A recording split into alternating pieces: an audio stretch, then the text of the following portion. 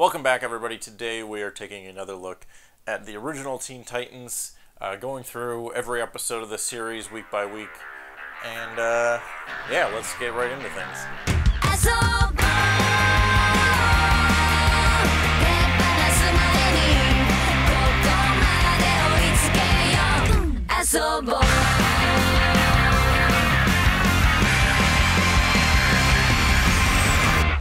This is Season 1, Episode 3, Final Exam. This episode was written by Rob Hoji and directed by Michael Chang.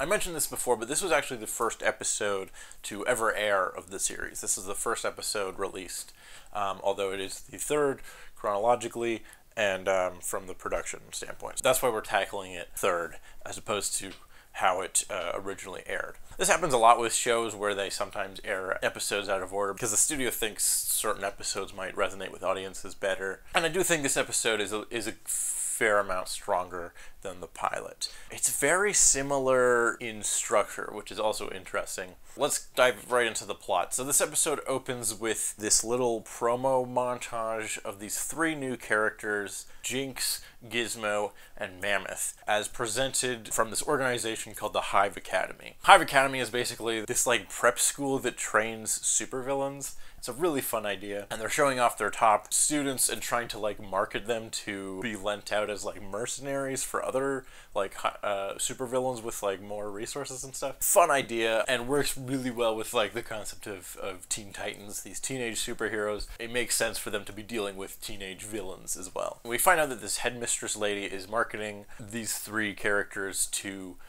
Slade. That's right, Slade is back in this episode. So Slade makes a deal with HIVE. He's like, okay, I'll hire them, but I want them to audition. So I want them to kill the Teen Titans, and if they do that, then I'm on board. And so that's our setup for this episode. So we're building up the Slade plot a little more in this episode. Slade is played wonderfully by Ron Perlman, who is Hellboy. He's in Sons of Anarchy. He's in a ton of stuff. He's also Mr. Lancer in Danny Phantom, which I think is super fun. Completely different character, but really great in both roles. Excellent comedic chops, excellent dramatic chops here. Destroy the Teen Titans. Ha ha! Once again, I have the seventh silver key, and I am victorious! Me, Mr. Lancer! He's a really ominous, intimidating presence, and I think he does an excellent job in this show. This headmistress lady who's like trying to pitch these supervillain characters to Slade is voiced by Andrea Romano, which is a little fun Easter egg. Andrea Romano is the voice director for the series. She works with the actual voice actors in the booth while they're delivering their lines and going through the dialogue and stuff. And she's done so in pretty much every DC animated show. Batman the Animated Series, Superman, Justice League, all of that stuff. She's incredibly talented, and she's incredibly instrumental in making all those shows as successful as they are. She does a really good job getting the best performances out of these actors and getting them to work off of each other extremely well. So it's fun that she gets to have a little cameo in this episode. I also forgot to mention in the previous episode, but Slade has this like bonkers evil lair that's just like entirely made of gears, and it makes no sense. Like nothing in his like evil lair seems to have any practical like purpose. It's just aesthetics, and it looks fucking cool, and I love it. So we cut to the Teen Titans, and they're hanging out at their tower. We get some fun banter between the different characters. Cyborg and Beast Boy are freaking out because they've lost the TV remote, and Raven is like, dude, just get up and change the channel on the TV. Don't even joke like that. Which is a pretty funny moment, but it's also like so interesting because it's like, wow, that is extremely dated.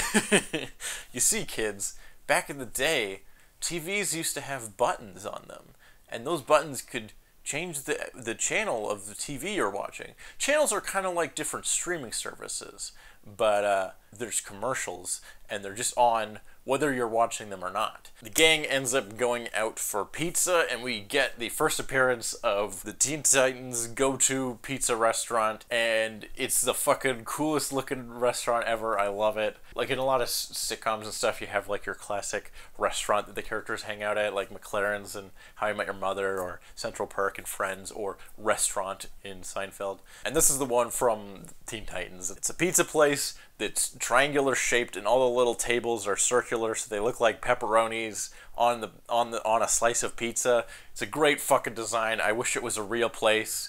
If somebody can make a pizza place like that, I would love that, and I would love to go to it, please. We also get a reference to Beast Boy being a vegetarian, and he explains that because he can change into animals, he finds it weird to like eat them, which I like this idea a lot. This is a consistent thing throughout the rest of the series. Every now and then Beast Boy will make some reference to the fact that he's a vegetarian, or he's like really into making different dishes with like tofu and stuff.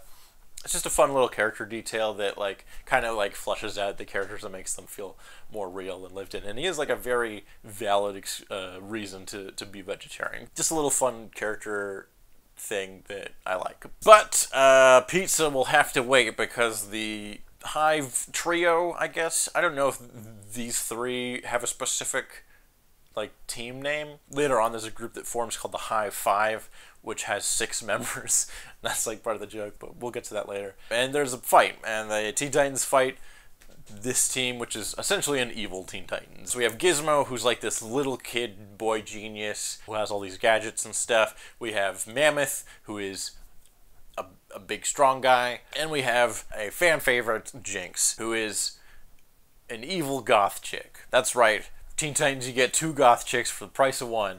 You got Raven, and you got Jinx. No wonder this show was fucking popular as hell in the early 2000s. Jinx's powers are kind of vague, as is a lot of characters in this show. She shoots like purple energy and stuff, and it sort of relates to bad luck, and she'll cause like things to malfunction and then like fall on people. But a lot of the time she just kind of shoots purple energy, which is fine, it still looks cool. And cool character design. These characters are all based on obscure characters from the original Teen Titans run, and they're quite different interpretations of those characters than the comics, which is the case for a lot of characters in this show. Most of them are based on characters from the Teen Titans run, but they're like so different that they're kind of just their own thing, which I think is actually one of the things that makes this show so successful, is it feels like it's creating its own little universe, even though it is pulling from the Teen Titans comics. But because the show has like such a unique aesthetic and has a whole bunch of anime influence, all these different ideas kind of meld together into what feels like a completely new product. And I think that's one of the things that made it so successful and so popular, because anyone could just tune into the show without any prior knowledge of DC or any of these characters or anything, and just kind of get invested in what this show was doing. Lauren Tom voices both Jinx and Gizmo in this episode, and she does a really good job with both characters.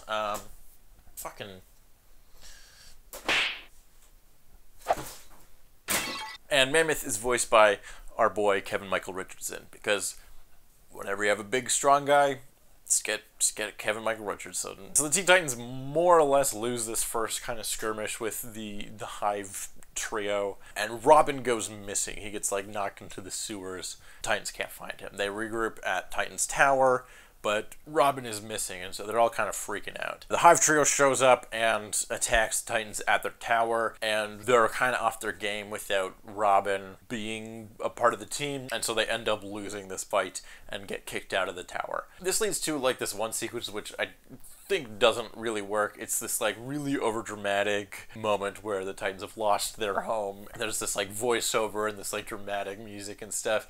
That didn't just happen. Tell me that didn't just happen. Again, this is early on in the show, so they're still kind of figuring out the tone of the series, and this is one of these more serious moments that I feel like just doesn't quite work. One, the voiceover and stuff is just incredibly cheesy, but also these Hive characters are teenagers, so they're kind of goofy and comedic, and that's part of like why they're fun. Once they've taken over the Titans Tower, we get a whole like sequence of them just like hanging out and like fucking around with all this Titan stuff. Gizmo's like going through all of Beast Boy's music. Crud. Snot. Crap.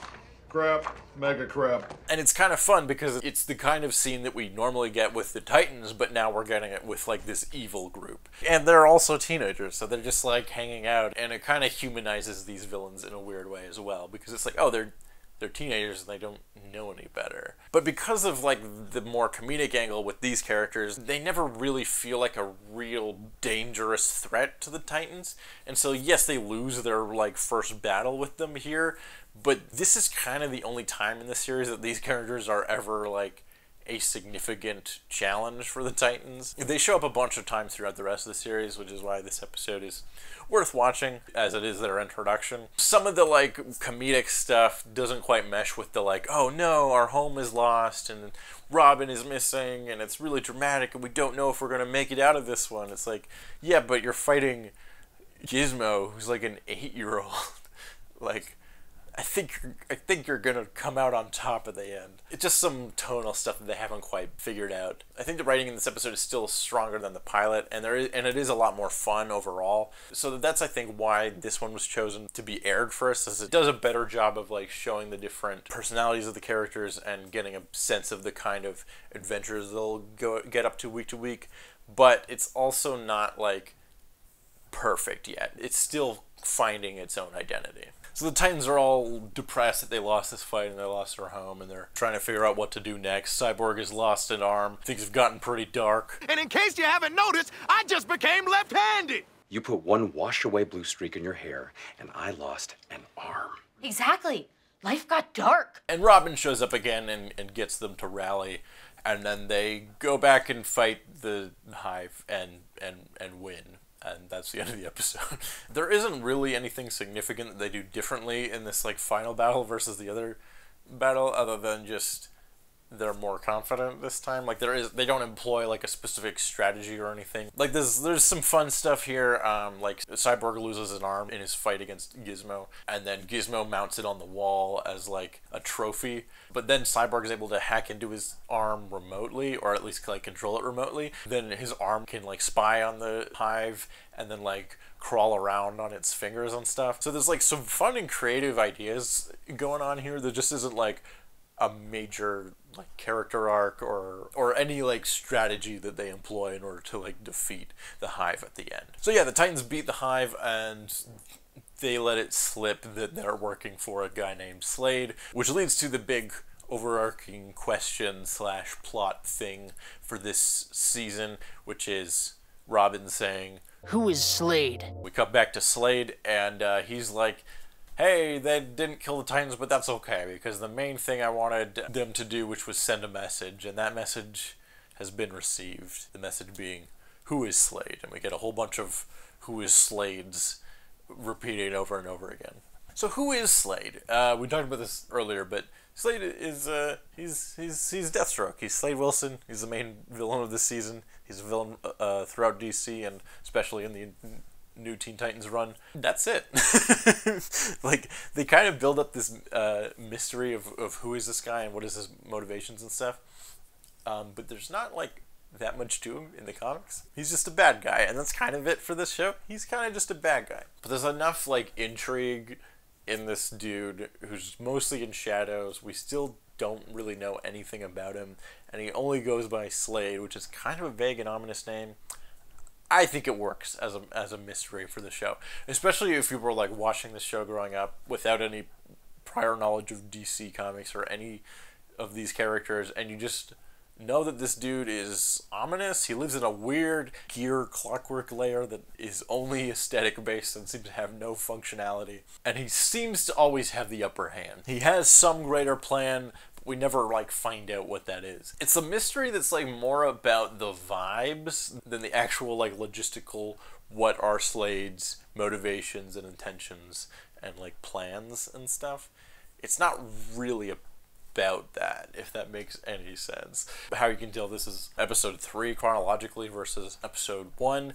Episode 1, Slade is involved, but the Titans never find out anything about him. They just have figured out that someone or something is behind the actions of Cinderblock and Plasmus from that first episode, but they don't know who yet. Now they've encountered another group of villains who also are working for someone, and they know who that someone is. At least they know that his name is Slade, but they don't know more than that. And so we're like slowly revealing more of who Slade is and slowly building him up as a villain. And that's kind of like the background element throughout the first season that we'll eventually get to. But a couple other little details. Cyborg references Gotham City at one point, which is interesting. There's very few references to Batman or even just the wider DC universe as a whole outside of core Teen Titans related characters. And that's one of the only ones in the whole show. If there's any more, I'll point them out, but... And, like, it does make sense that Gotham exists, obviously, because Robin exists, but the fact that there's, like, so little references to the rest of the DC universe, I think it's actually cool because it allows the show to kind of stand on its own merits. It's like, it's not about being connected to this larger universe, it's about these characters and what they're going through. And I like that. Also, they reuse this shot of Starfire from the theme song, which was also used in the pilot episode. I don't know, I just find that interesting. But that's about it for this episode. While I think it's stronger than the pilot episode, it's not as good as Sisters, the second episode with Blackfire. Still having a little trouble balancing the dramatic and comedic stuff and switching between those two different tones. But good plot progression with building the Rogues Gallery of the Titans, the Hive trio, Jinx, Gizmo, and Mammoth will appear many more times throughout the series, so definitely important to introduce those characters, and we get a little bit more mystery build-up of who Slade is. So definitely worth watching, although not the strongest episode. But we're very early on in the show. There's still some season 1 growing pains. Still finding the tone of the series and like figuring out what the show is. That's it.